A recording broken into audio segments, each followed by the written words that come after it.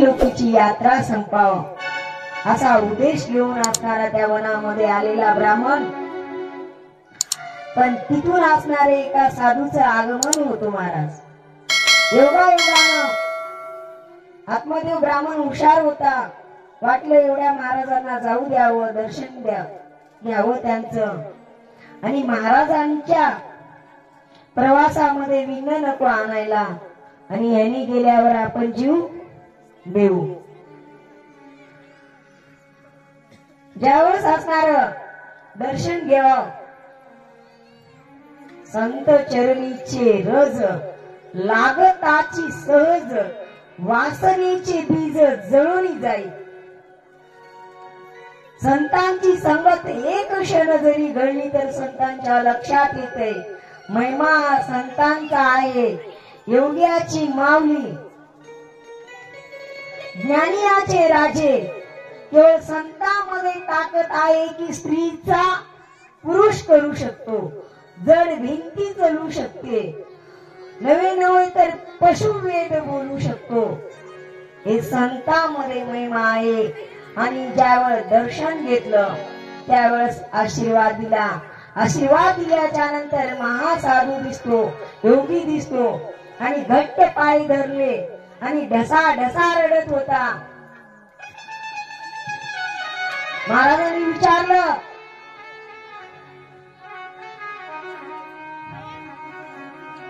पंचांगण बघणाऱ्याला त्याच्या कपाळाच्या रेखा खरा भविष्यकार असतो त्याला कळतं. साधू संतांना तुमच्या मनात काय चाललंय हे कळतं. पण आताचे साधू संत बरेच सांगतात, जेव्हा आपले कारभारी बाहेर गेल्यावर साधू संत येतात भगव्या लुंग्या घालून. माय घरात कोणी आहे काय? बरेच दिवसानं साधू आलेत, घरला महात्मे आलेत, बाहेर ये माय, वाढ माय वाढ, दक्षिणा दे माय. बाहेरून असणारी आतून असणारी प्लेटामध्ये एवढे एवढे साधी तांदूळ आणतील देत असताना माय काय भाग्याची आईस तू आलीस या घरामध्ये, भाग्य उदयाला आलं तू आलीस तेव्हापासून काहीच कमी नाही. आणि शनिवारी रविवारी काळा कपडा घालू नको माय, अवसरच्या दिवशी बाहेर जाऊ नको माय, 5 गुरुवार कर, पिठलं भाकर कर, 4 पोरांना जेवू घाल, नवऱ्याला मांडू नको, रोज सकाळी पतीच्या पाया पड, सासू सासऱ्याची सेवा कर. महाराज काही घेत नाही माय, दिलं घेतलं कोणाला पुरत नाही. महाराजांचा आशीर्वाद म्हणजे आशीर्वाद असतोय. अलग निरंजन फक्त 551 दे माय. पोराला नोकरी लागते 1100 रुपये दे. सुंदर सून भेटती 2000 दे. महाराज काही घेत नाही माय. माय दूध असलं तर दुधाचा चहा कर.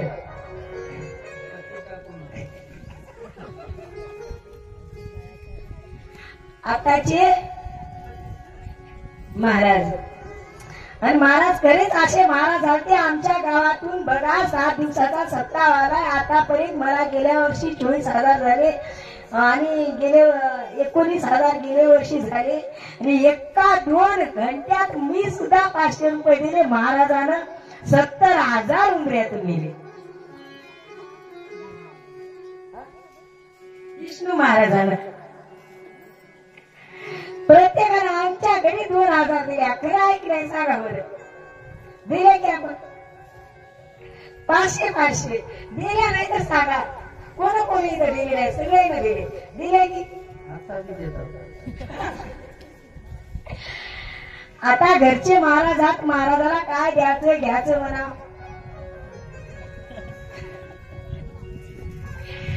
असू द्या.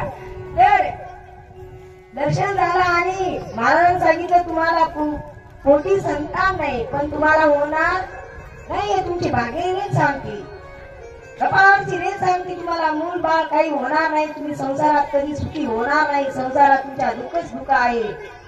जे आहे त्याचं समाधान राहावं साधू महाराजांना सांगितलं. तर महाराज यांना अतिशय घट्टच पाय धरले, आता सोडलेच नाही. महाराज मला असा आशीर्वाद द्या की जेणेकरून पोटी संतान हो, माझ्या वंशाला कुलदीपक हो. महाराज म्हणे ठीक आहे. एक फळ काढलं आणि महाराजांना दिलं. घेऊन तुझ्या पत्नीला स्नान संध्या करून तुझ्या आराध्य देवताचं नाव घेऊन खाऊ घाला म्हणे प्रसाद सुरू. आणि तुम्हाला सुंदर असा असणार संतान होईल. महाराज मरा गेलेला माणूस वापस आलं. आणि सांग का चुटकुला सांग म्हणलं तर सांगतो. लई चेहरे पडले तुमचे. सांग सांग म्हणलं तर सांगतो. बोलत जा. एका कोणत्याला मूल बाळ काही नव्हतं. बरेच दिवस झाले ते मूल बाळ नव्हतं. तो सावकार आणि सावकारीण रात्री बेडवर बसले. कुठे बसले? बेडवर. कालांतराने दोघे आराम करू लागले. आणि संध्याकाळची वेळ होती. महाराज आता पती पत्नी म्हणल्यावर कोणत्यानी विचारलं. तो असाही सावकारी म्हणते आपल्याला जर मूल बाळ झालं तर कुठे झोपवायचं. त्याला मला काय येतं अवघड आहे. दोघांच्या मध्ये घेऊन झोपू म्हणली. मग काय म्हणली थोडं पलीकडे सरका. कुठे? थोडं सरका. सावकार बाबा सरकले. म्हणजे आता भैया झालाय. दीदी झाली तर तिने बाबा म्हणले थोडस का म्हणले. एवढी जागा पुरती काय दोन्हीला. मला सावकार बाबा थोडं सरकले.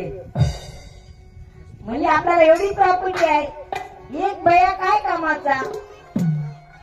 एकाला एक दुकान दिलं दुसऱ्यालाही आपल्याकडे भरपूर शिल्लक आहे. अजून एक हम दो हमारे दो नाही म्हणजे आपल्याला गडगंज संपत्ती आहे. 2-4 तर झाले पाहिजे. त्याला मला त्यात काय अजून थोडं सरक कर बघ कुण्या. एवढ्या चोऱ्यात आपटला आणि उठला. कमरेचा मनका मोडला. उठून बेडवर पुन्हा बसला. बरं झालं मला जन्माला आले नाही तर कमरेचा मनका मोडला. आता गाणं निघाले बघा. जिजू जिजू संसाराचा गाडा हाकला.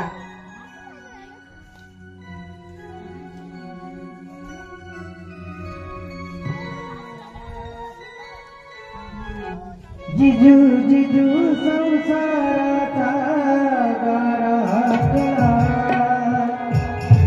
पोटामध्ये हसू जरी कणा वाकला. घडीभर तू थांब गया ऐक त्याची धापर. लई अवघड हाय गया उमगाया बापर. उमगाया बापर. लई अवघड हाय गया उमगाया बापर. उमगाया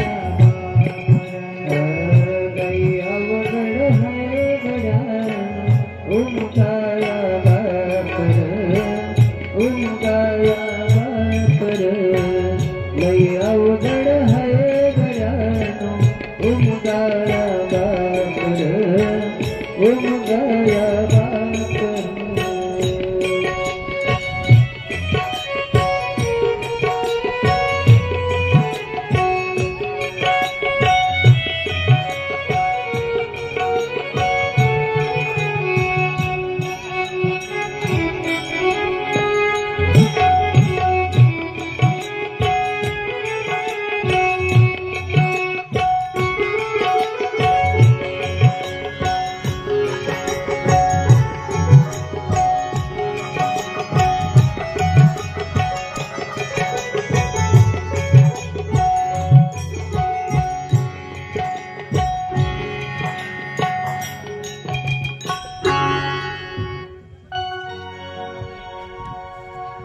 सुंदर असं कसं आहे.